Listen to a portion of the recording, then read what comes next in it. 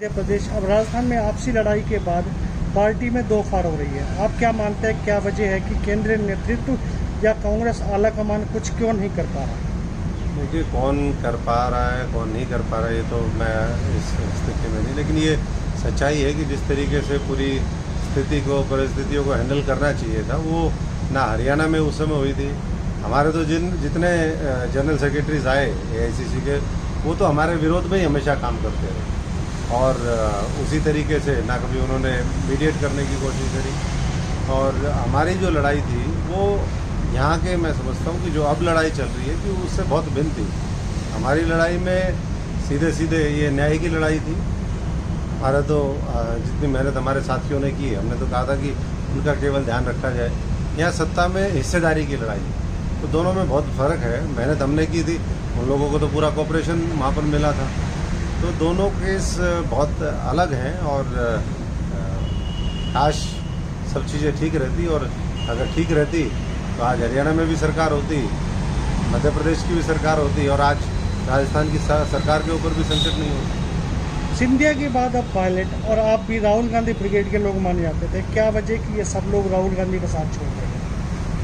देखिए, हमारे साथ तो जिस तरीके का व्यवहार किया गया था, जुल्म जाति जिस तरीके, कभी कांग्रेस की रैली में आपने 4-4 घंटे कुर्सियाँ, बोतलें, तमाम उस तरीके की जूते चप्पल चलते हुए कभी देखे थे क्या? एक ही रैली, और जिन लोग जो उसको करने वाले उनको कभी कुछ कहा नहीं गया।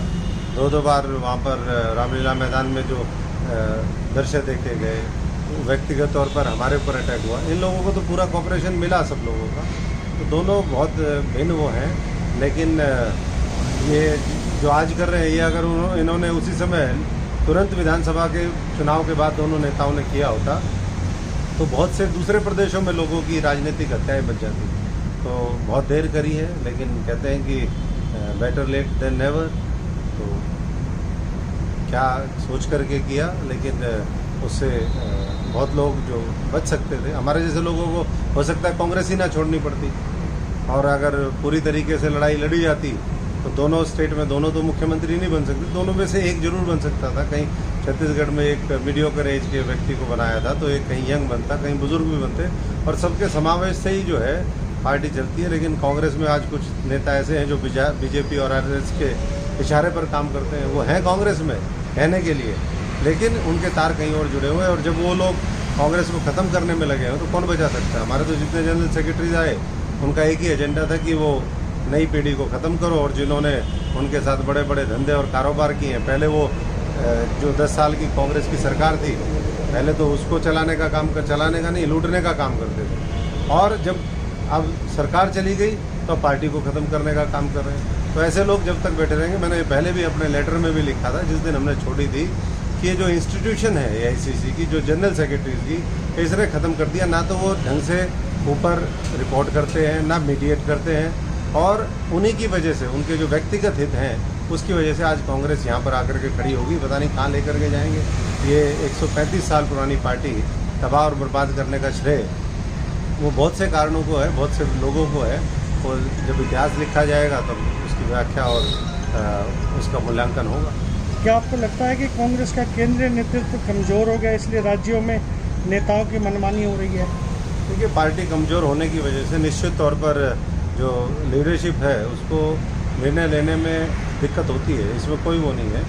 और लेकिन पार्टी मजबूत करने की जिम्मेदारी जिन लोगों को दी गई, जिन्होंने उसको मजबूत किया, उनकी एंड टाइम पर जिस तरीके से अनदेखी हो जाती है, या जो लोग मौज मस्ती करते रहे 5-5 साल, समय पर उनको आकर के कुर्सी पर बिठा दिया जाता है। तो बहुत सी चीज़ें हैं, ये कब मामला थमेगा ये तो पता नहीं, लेकिन हम तो यही शुभकामनाएं दे सकते हैं। जो लोग सच्चाई की लड़ाई लड़ते हैं, न्याय की लड़ाई लड़ते हैं, उनको ऊपर वाला भी शक्ति दे, और वो भी पूरी शक्ति के साथ। ये नहीं कि भाई 2-2, 3-3 साल बीत जाते हैं उसके बाद याद आता है। अरे समय पर डिसीजन लो, जिस तरीके से हमने लिया, समय पर डिसीजन लो। कांग्रेस को अगर इतना बचाना चाहते हैं या उन ताकतों के खिलाफ लड़ाई लड़ना चाहते हैं, तो निर्णय और निर्णायक लड़ाई लड़ने की जरूरत है। अशोक गहलोत का आरोप है कि बीजेपी खरीद फरोख्त कर रही थी एमएलए की। तो इसमें तो कोई नई बात है ही नहीं ना। बीजेपी खरीद फरोख्त कर रही है, कोई कांग्रेस के लोग, ये जो बहुत से लोग हैं वो भी कोई कम नहीं है जब उनका दाव लगता है। और इसीलिए हमने कहा कि पूरे देश के अंदर और अलग अलग प्रदेशों के अंदर विकल्प की ज़रूरत है। हम हरियाणा में अपना विकल्प तैयार करेंगे आने वाले समय में, और इसी तरीके से दूसरे प्रदेशों में जहाँ जहाँ एस्टेब्लिश लीडरशिप होगी, जिनका लोगों का जिनके ऊपर विश्वास होगा, वहाँ नतीजे कुछ और होंगे। हरियाणा के पूर्व मंत्री कैप्टन अजय यादव ने भी आज एक ट्वीट किया है कि हाँ, मैं मानता हूँ कि पार्टी में नहीं सुनी जाती, लेकिन पार्टी छोड़ना कोई विकल्प नहीं है। ऐसा मतलब ये कांग्रेस में सभी के साथ होता रहा है। देखिए, मैं तो 5 साल का इतना बता सकता हूँ, कांग्रेस में बहुत से लोग ऐसे थे जो या तो उनको निकालने की तैयारियाँ थी, या बहुत से ऐसे लोग थे जो निकलने की तैयारी में थे खुद, और कुछ ऐसे लोग थे जो बार बार धमकी देते रहते थे। तो उनकी तो हिम्मत पड़ी नहीं। हमने कहा कि हम जो अन्याय हुआ है उसके खिलाफ मजबूती से लड़ाई लड़ेंगे, और हमने वो लड़ाई लड़ी और आगे भी लड़ते रहेंगे। क्या लगता है अब राजस्थान में कांग्रेस की सरकार बच पाएगी या? देखिए, ये तो अब कहना मुश्किल है, क्योंकि मैं तो अब लिस्ट बॉर्डर्ड हूँ इस पूरे उसमें। एक कहावत है पुराने समय में, कोई न रब कोई हमें कहा है। हमारा राजस्थान में कौन होगा, क्या होगा, कुछ हो, जहाँ लोगों की, गरीब लोगों की मजदूरी मार ली जाती हो, जो लोग काम करने वाले, जो साधारण गैर राजनीतिक पारिवारिक पृष्ठभूमि के लोग हैं, जो बहुत उम्मीद के साथ, आशा के साथ राजनीति में लोकतंत्र को मजबूत करने के लिए एक विचारधारा और सिद्धांतों की लड़ाई लेकर के निकलते हैं, उनको जब ठगा महसूस होता है। हमने तो पूरे देश के अंदर उनकी लड़ाई लड़नी है। तो कौन बनेगा, कौन बचेगा, ये तो फैसला वहाँ के विधायक करेंगे, लेकिन जो होगा बड़ा रोचक होगा।